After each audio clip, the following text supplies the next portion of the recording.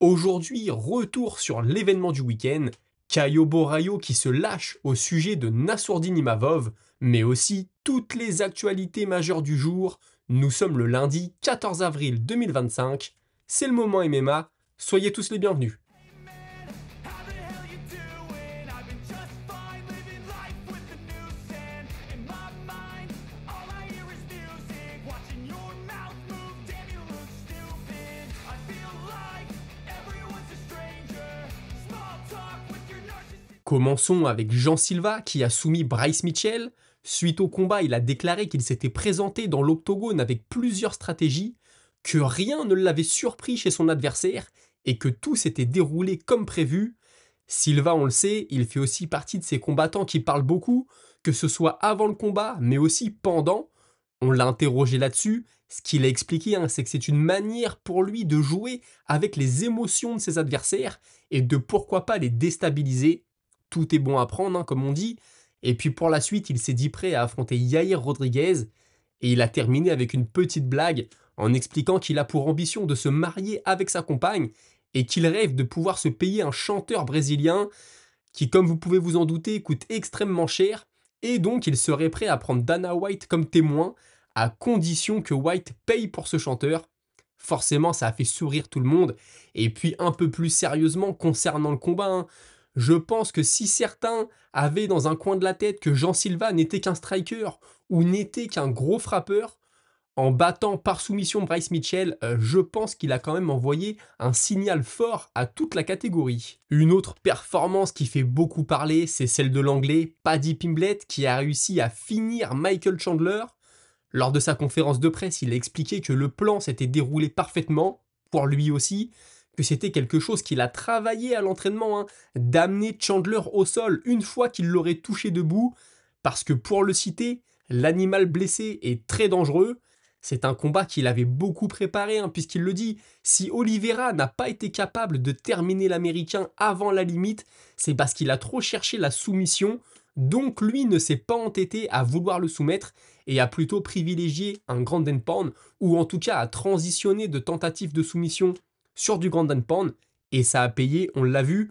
Une des grosses interrogations aussi à son sujet, c'était de savoir si son cardio allait tenir le coup. Là, il pense avoir prouvé que c'est le cas.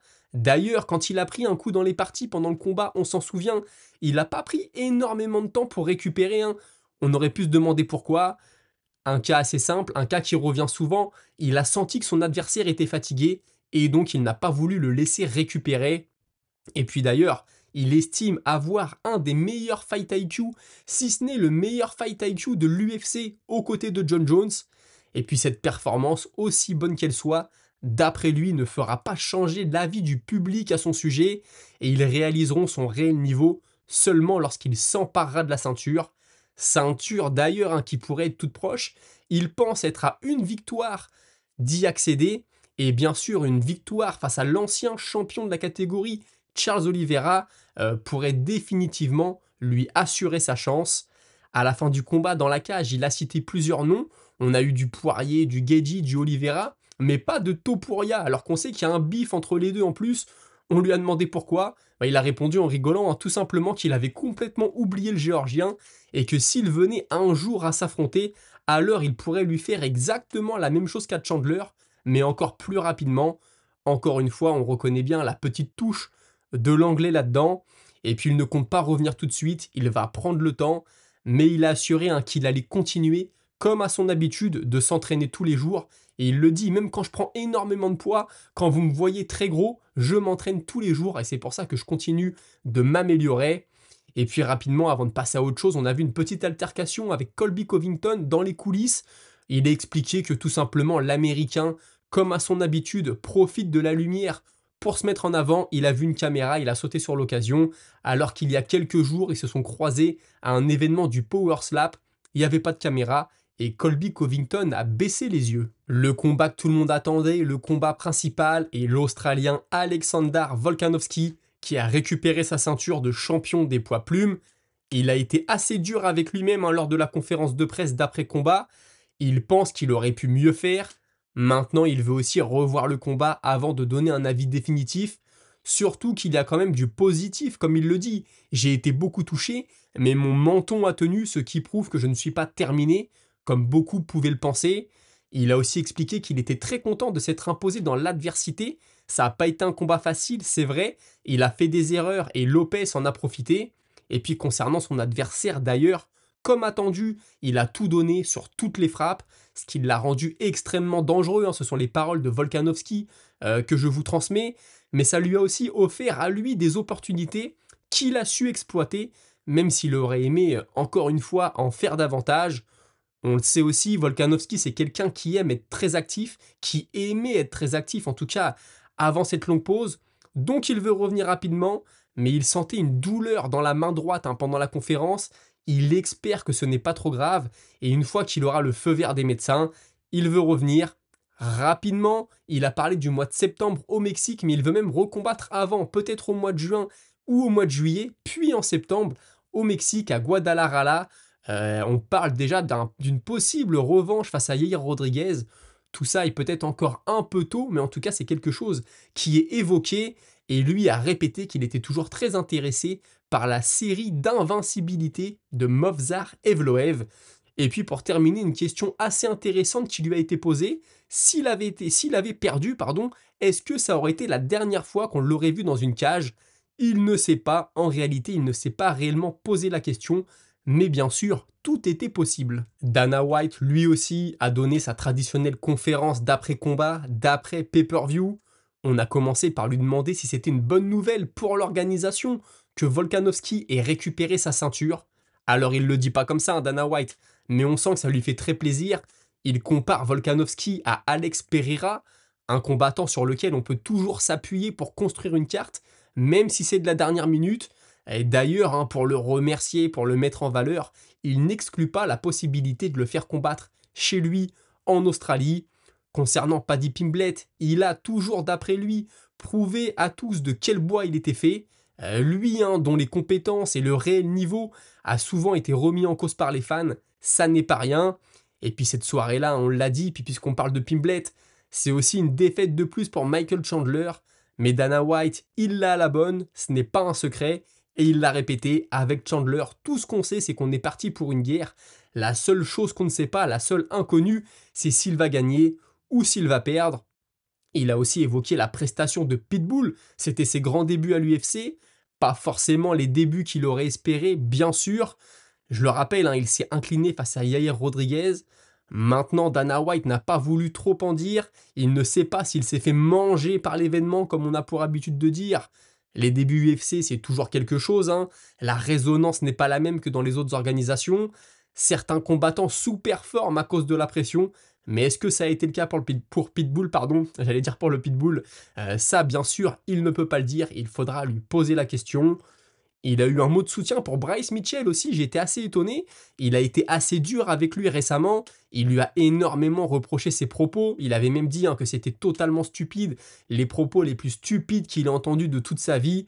Mais ce qu'il a expliqué samedi soir, c'est que l'Américain, il se savait dos au mur, il a affronté les journalistes toute la semaine, et dans l'octogone, il a fait face à ses problèmes comme un homme. Donc ça laisse entendre que l'histoire entre l'UFC et Bryce Mitchell n'est pas terminée pour l'instant, même si je pense que l'Américain va devoir faire des ajustements s'il veut toujours être considéré comme un prétendant à la ceinture. Là, à mon avis, ça a pris du plomb dans l'aile.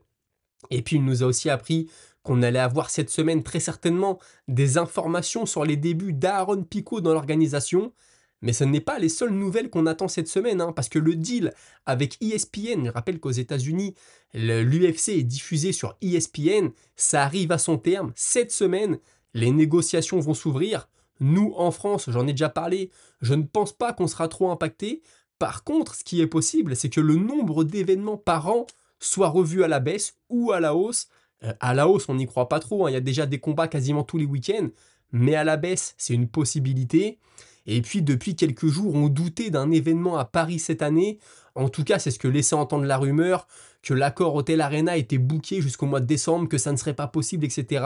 Il a mis fin au suspense. L'UFC viendra cette année chez nous, dans la capitale. Et d'ailleurs, lui ne s'est jamais rendu en personne à un de ces événements, mais ses équipes lui ont dit que l'ambiance était telle qu'il fallait au moins un jour qu'il y assiste. Donc pour ceux qui iront à l'UFC au mois de septembre, peut-être que vous pourrez apercevoir la grosse carrure 100% naturelle avec des gros guillemets de Dana White. Et puis pour finir, on l'a interrogé sur le GFL, hein, je le rappelle, ils ont annulé leur double événement qui devait avoir lieu au mois de mai, leur événement inaugural.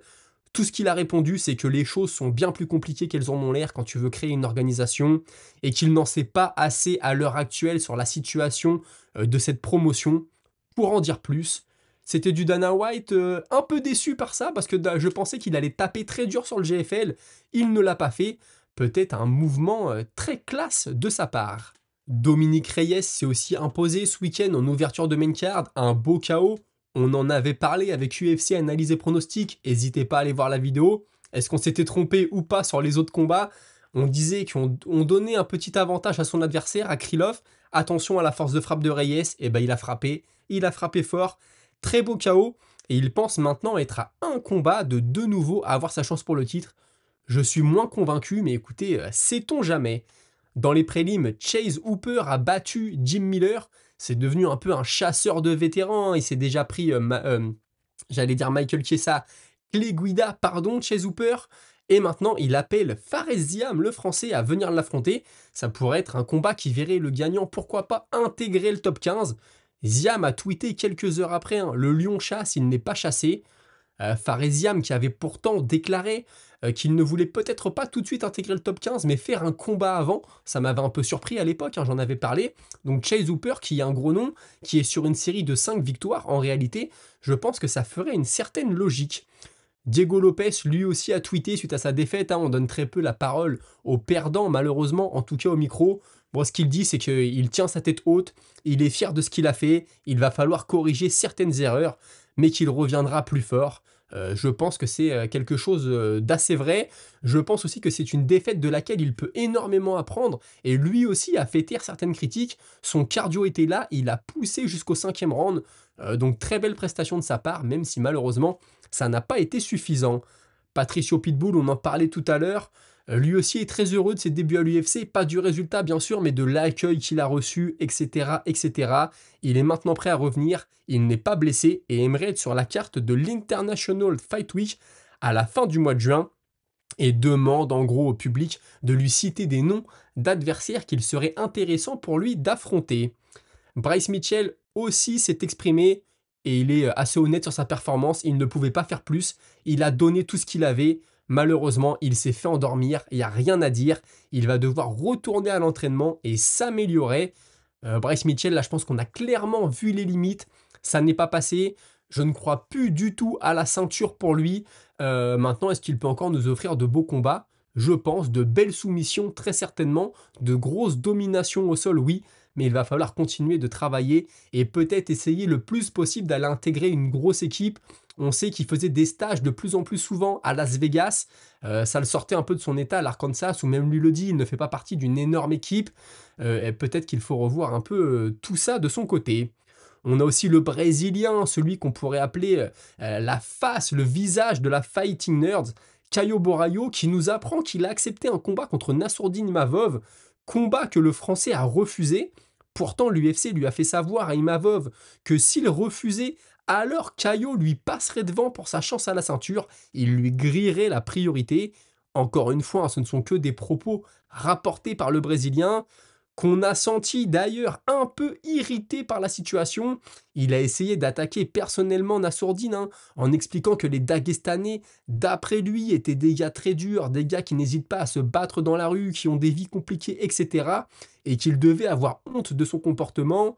Ensuite, il a ajouté que oui, Imavov a battu Cannonier, mais c'était un arrêt prématuré de l'arbitre.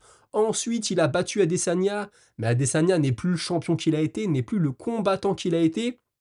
En plus, Adesanya l'a totalement dominé dans le premier round, donc il n'a rien de quoi il peut être fier, hein, toujours d'après Caio Borralho. Je ne sais pas si c'est le début de quelque chose, est-ce que les deux vont s'affronter dans le futur? J'en sais rien. Et puis quand on a demandé à Borralho ce qu'il en pensait, s'ils allaient quand même se croiser à un moment ou un autre, ben lui ce qu'il répond c'est que déjà si on dit à Imavov que le fait de ne pas affronter Borralho, donc de ne pas l'affronter, lui fait perdre sa chance à la ceinture, ça ne le motive pas à entrer dans l'octogone, alors il a assez peu d'espoir de voir ce combat se matérialiser un jour. Et en tout cas, lui, il est prêt à revenir, il sait que l'organisation a confiance en lui et veulent le voir devenir champion, donc il attend seulement le nom de son futur adversaire. Et puis il nous apprend aussi au passage que Robert Whittaker aurait refusé de l'affronter. Maintenant, direction les poids légers avec Raphaël Fiziev qui nous déclare avoir signé un contrat pour affronter quelqu'un en Azerbaïdjan pour l'UFC Bakou au mois de juin. Et la rumeur nous dit que ce serait très certainement Bahamondes. Mike Perry, on en parlait avec Darren Till dans une dernière émission. Mike Perry invite Darren Till, mais aussi Dylan Dennis à venir les affronter dans son organisation, à savoir le Dirty Boxing. Oumar Nurmagomedov, voudrait revenir très rapidement, mais malheureusement l'état de sa main cassée, on s'en rappelle, ne lui permettra pas de revenir avant le mois d'octobre. Très certainement une carte à Abu Dhabi, et il veut revenir seulement quand il sera à 100%.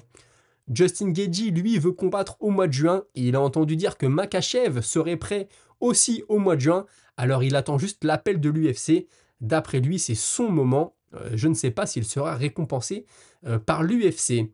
On a aussi appris que Ilia Topuria à l'UFC, seulement avec ses combats, aurait empoché un total de 3,5 millions de dollars. Je vous donne le détail. 38 000 quand il a affronté Zalal, 50 000 contre Jackson, 75 000 contre Hall, 90 000 contre Herbert, 154 000 contre Mitchell, 200 000 contre Emmett, 532 000 contre Volkanovski et 2 millions,44 contre contre Holloway, excusez-moi. Forcément, ça a fait gonfler la note et vous ajoutez à ça les primes de sponsors, etc., etc. Ces revenus ne se limitent pas à ça, bien sûr. La semaine dernière, je vous disais que l'événement du GFL était annulé pour le mois de mai. On ne savait pas pourquoi. Il semblerait que ce soit leur sponsor principal, l'investisseur principal qui n'a pas été capable de réunir la somme. Et donc l'événement ne peut pas se tenir. Ils espèrent pouvoir le faire assez prochainement dans l'année. Mais pour l'instant, pas de date a été annoncée. On a aussi appris samedi soir que Amanda Nunes sera introduite au Hall of Fame en 2025.